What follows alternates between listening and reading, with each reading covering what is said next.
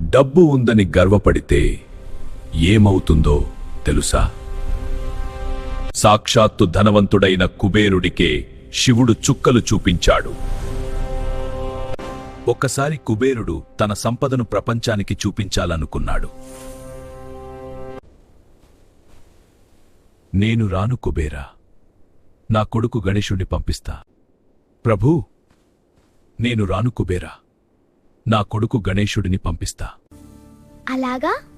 విందా, నేను వస్తా. ఇదంతా మీకోసమే గణపయ్యా.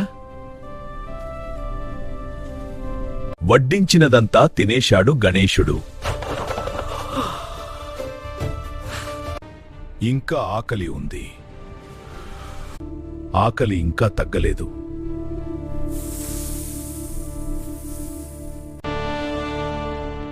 ఇంకా ఆకలిగా ఉంది, నిన్ను కూడా తినేస్తా. ప్రభూ, అహంకారం వల్లే ఇది జరిగింది, నన్ను క్షమించండి. భక్తితో ఇచ్చిన చిన్న కానుకార్క